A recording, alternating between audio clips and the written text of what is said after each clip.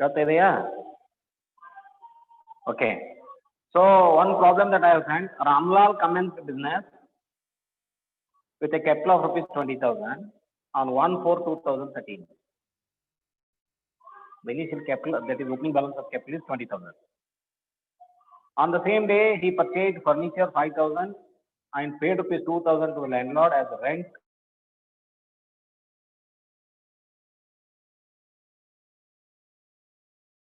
Particulars obtained from incomplete record. Prepare the trading and profit and loss account for the year 31st March 2013. The balance sheet as on that date. Sales, inclusive of cash sales, total sales is how much? 30,000. Means credit sales is 24,000. Total sales 30,000 minus 6,000 cash sales, credit sales 24,000. Purchases, inclusive of cash purchase 3,000, total 22,000. 22 minus 3, 19,000 is the credit purchase. Ramlal's drawing 13,000, rent paid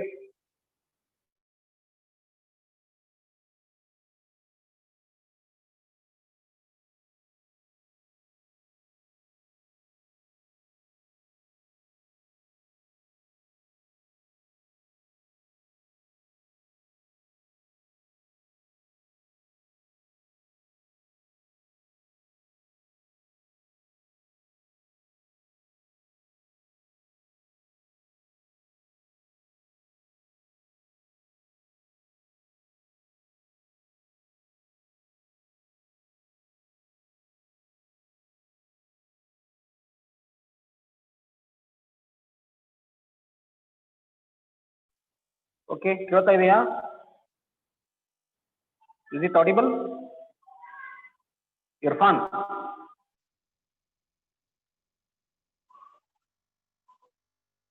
Irfan ಕೇಳ್ತಾ ಇದೆಯಾ?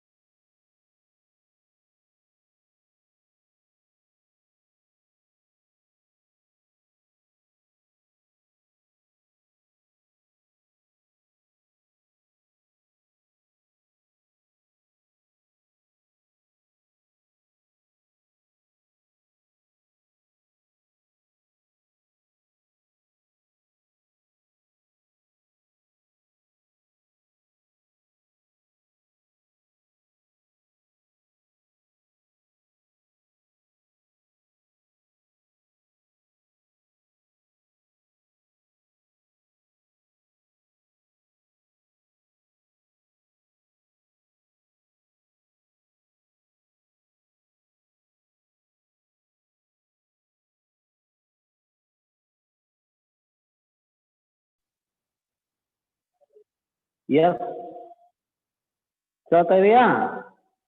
Network issue ಇದೆ. Okay, ಈಗ ನೋಡಿ, from the following particular ಎಲ್ಲ ಆಯ್ತಾ? Ramlal paid ₹500 to his son, which was omitted from his record. So earlier drawings was 13,000. In addition to 13,000, there will be ₹500 drawings. Drawings ಅಲ್ಲಿ addition ಮಾಡ್ಬೇಕು. ಆನಂತರ on 31st March 2014, his debtors and creditors were 6,000 and 4,000 respectively. This is closing debtors. Closing debtors, closing creditors. There is no opening debtor and opening creditor. ಯಾಕಂದ್ರೆ business start ಆಗಿದ್ದೆ 1/4/2013 ಗೆ. ಇದು old business firm ಅಲ್ಲ, ಇದು old business firm ಅಲ್ಲ ಇದು. ಹೀಗಾಗಿ ಶುರುವಾತಿಗೆ ಇರೋದ್ರಿಂದ ಅಲ್ಲಿ ಓಪನಿಂಗ್ ಬ್ಯಾಲೆನ್ಸ್ ಆಫ್ ಡೆಟರ್ಸ್ ಇರೋದಿಲ್ಲ, ಅದನ್ನ ಕಂಡುಹಿಡಿಯೋ ಅವಶ್ಯಕತೆನೂ ಇಲ್ಲ. ಕ್ಲೋಸಿಂಗ್ ಕೊಟ್ಟಿದ್ದಾರೆ.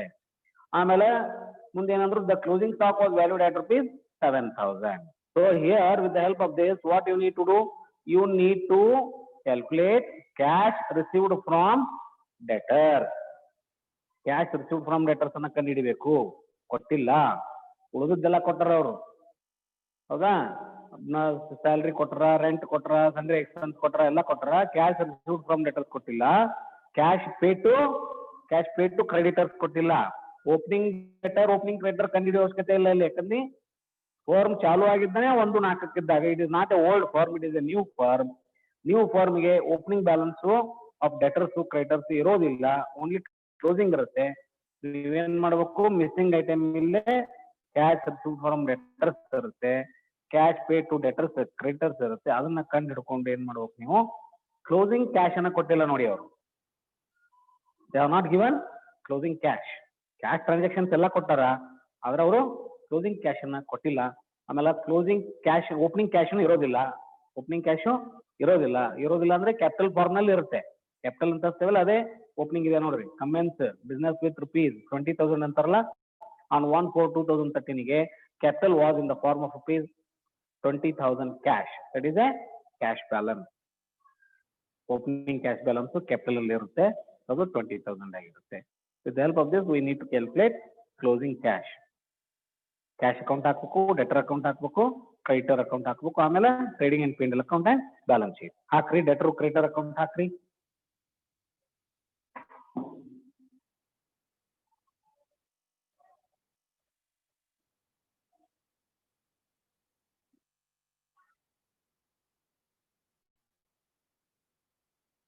Debtors account, creditors account.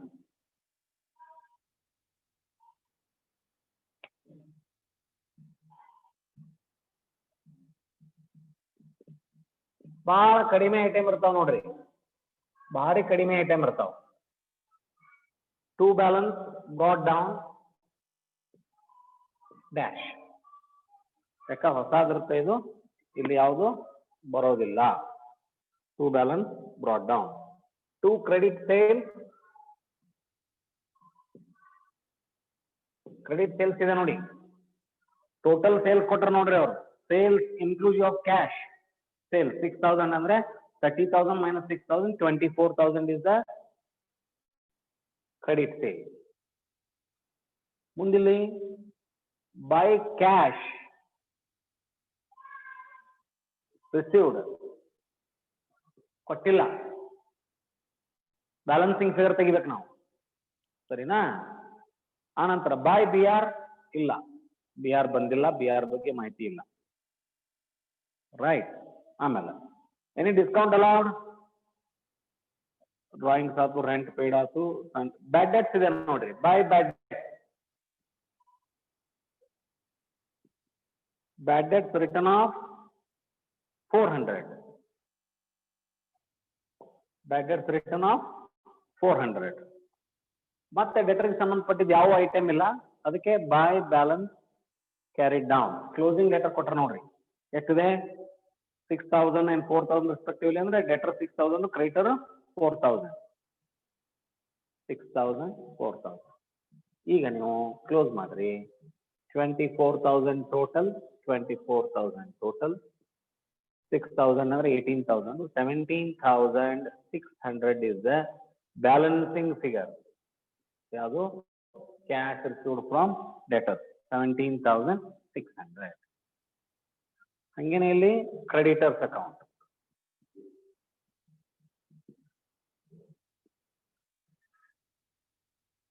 By balance brought down nil. Opening creditor illa. By credit purchase ಕೊಟ್ಟಾರ ನೋಡ್ರಿ. Purchase inclusive of cash 3000 ಅಂದ್ರೆ 19,000. Credit purchase 19,000. Discount earned ಅವರು ಏನಿಲ್ಲ. ಏನ್ ರೈತ ನೋಡ್ರಿ ಡಿಸ್ಕೌಂಟ್ earned ಇಲ್ಲ. ಇಲ್ಲಿ ಬ್ಯಾಡ್ ಡೆಟ್ ಡೆಟ್ ಏನು ಬರುವುದಿಲ್ಲ. ಹೌದಾ? ಬ್ಯಾಡ್ ಡೆಟ್ಸ್ ಅದು ಏನು ಬರುವುದಿಲ್ಲ. To cash paid balancing figure. To cash paid balancing figure. ಅದಾದ್ಮೇಲೆ to balance carried down. Closing creditors ಕೊಟ್ರ ನೋಡ್ರಿ ಎಷ್ಟು ಕೊಟ್ರ 4,000. ಕ್ಲೋಸ್ ಮಾಡ್ರಿ 19,000 balancing figure 15,000. What is this? Cash paid to creditor. Cash paid to creditor 15,000. ಇನ್ನ ಕ್ಯಾಶ್ ಕೊಟ್ಟಿಲ್ಲ closing cash cash account ಹಾಕ.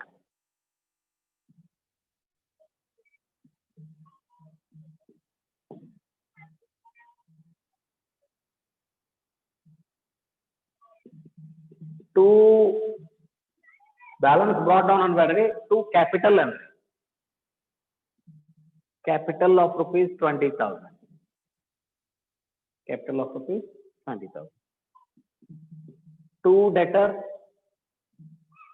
received from debtors ಕಂಡಿಡಿದವ ನೋಡ್ರಿ 17,600. To sales, that is cash sales 6,000. These are all cash received from debtors. Cash received from debtors. Capital, cash sales 6,000. Debtors as per debtors account as to 17,000. These were the cash receipts. ಶುರುವಾತಿಗೆ capital ದಲ್ಲಿ 20,000, debtors ನಂತರ ಬಂದಿದ್ದು 17,600, sales ಮುಖಾಂತರ ಬಂದಿದ್ದು 6,000. Total cash receipt ಎಷ್ಟು. ಇದರಲ್ಲಿ payment ಏನ್ ಮಾಡ್ರಿ ನೋಡ್ರಿಪ್ಪ. Payment you have purchase furniture.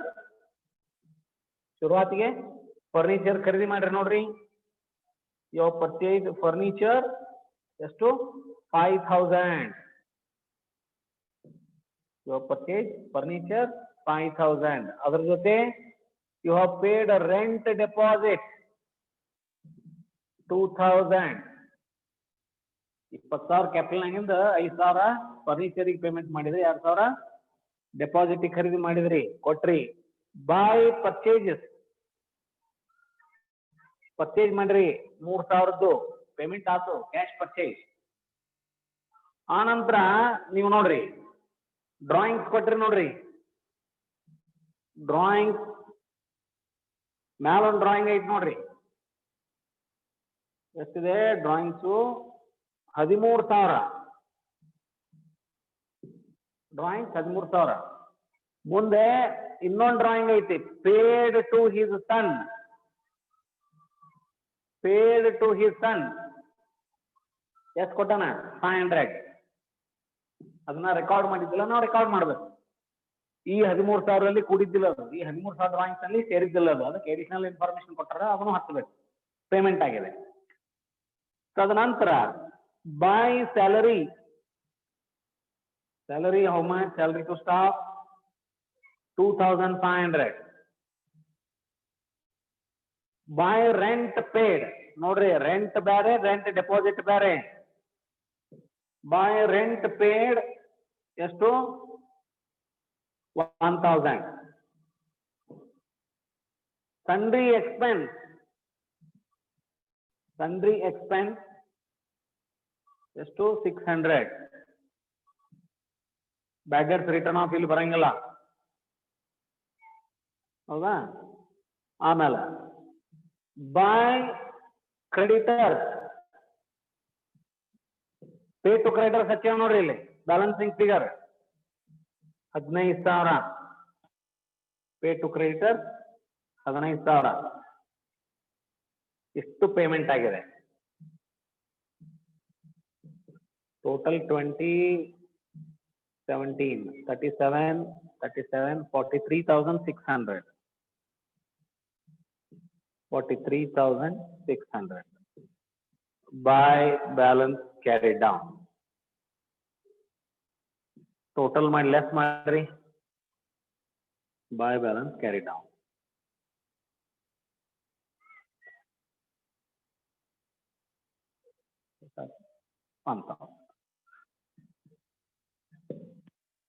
Closing cash is 1,000.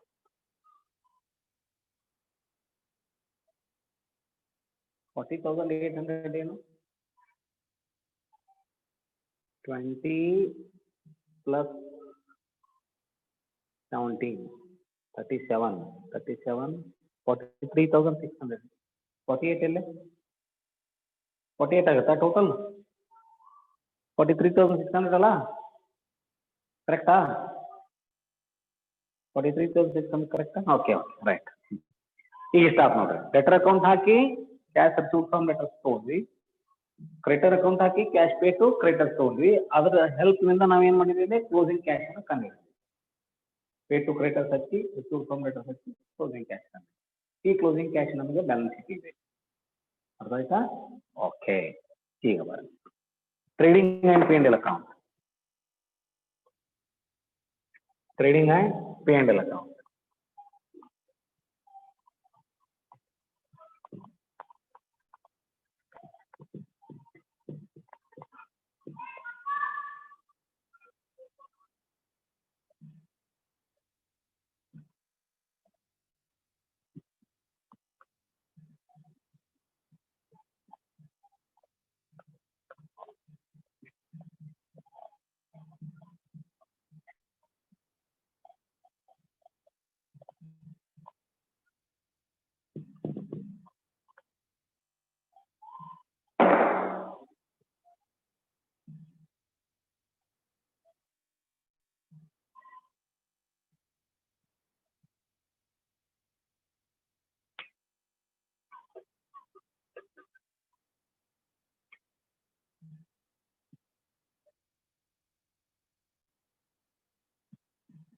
Trading and P&L account for the year end ending 31st March 2014.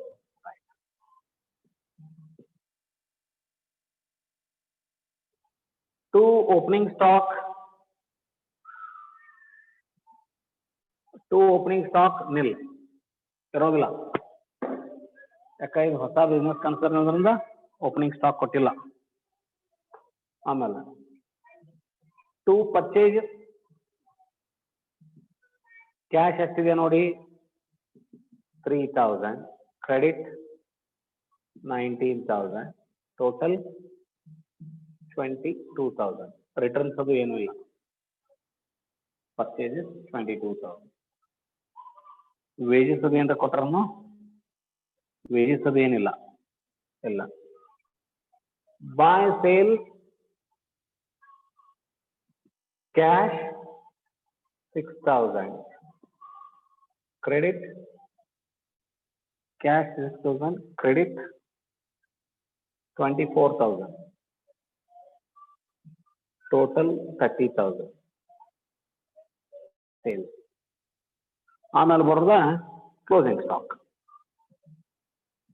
by closing stock they have given closing stock was valued at rupees 7,000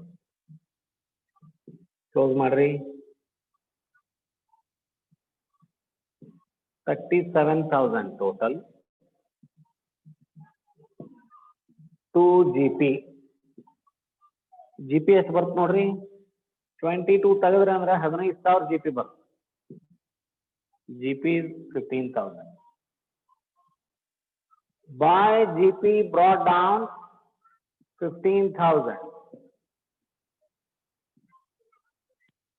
by GP brought down 15,000 by GP brought down 15,000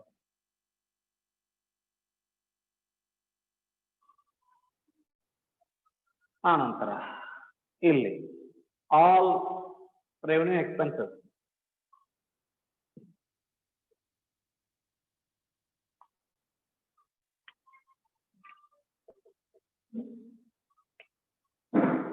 2 salary.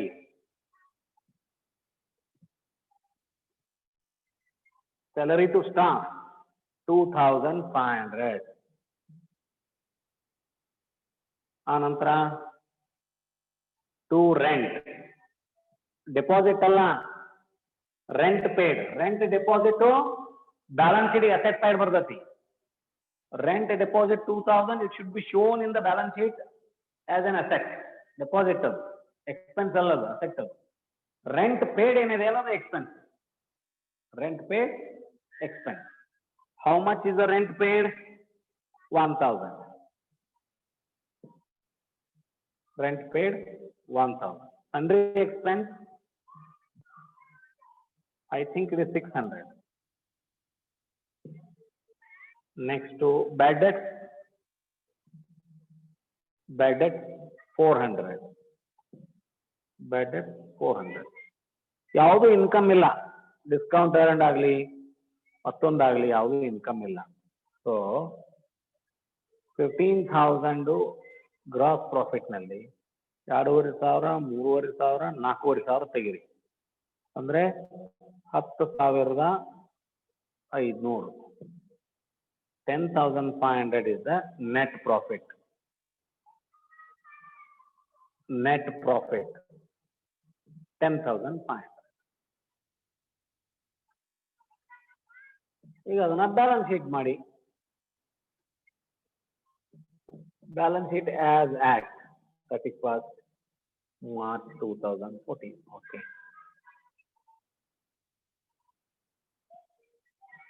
Capital 20,000. Inner column. Less drawings. Less drawings are add NP. ಯಾವ್ದಾದ್ರು ಅನ್ಕೋರಿ ಮೊದಲು NP ನ add ಮಾಡ್ರಿ. Add NP. Net profit 10,500. Total 30,500. Less drawings. Drawing test ಅಂದ್ರೆ ಅಲ್ಲಿ ಕೊಟ್ಟಿದ್ದು 13,000 plus 500 bracket ನಾಗ ಬರೀರಿ. 13,000 plus 500. 13,500 less ಮಾಡ್ರಿ. 30,000ದಾಗ 13,000 ಹೋದ್ರ 17,000ನ 17,000 is the closing capital. 17,000 is the closing capital, that is adjusted capital. Creditor, closing creditors kotra nodri. How much? 4,000. Its balance sheet. Furniture. ಇಲ್ಲಿ ಯಾವುದು depreciation ಏನು ಹೇಳ್ಯಾರನ? ಏನೂ ಹೇಳಿಲ್ಲ. ಡೆಪ್ರಿಸಿಯೇಷನ್ ಡೈರೆಕ್ಟ್ ಬರೆದು ಬಿಡ್ರಿ. ಎಷ್ಟು ಖರೀದಿ ಮಾಡ್ರೆ ಅಷ್ಟೇ 5,000. ಸ್ಟಾಕ್ ಕೊಟ್ರ ನೋಡ್ರಿ 7,000. ಸ್ಟಾಕ್ 7,000.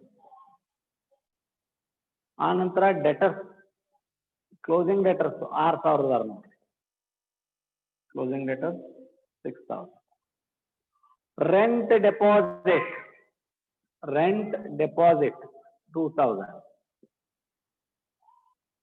ಆಮೇಲೆ cash in hand, cash in hand ಅಥವಾ ಕ್ಯಾಶ್ ಎಷ್ಟು? ಕ್ಲೋಸಿಂಗ್ ಕ್ಯಾಶ್ ಕಂಡಿಡಿದ್ರೆ 1,000. 5, 7, 12, 12 ಅವರು 18, 18, 2, 20, 20, 21. ಇಲ್ಲೇ 17, 21. Balance sheet Tally 21,000, 21.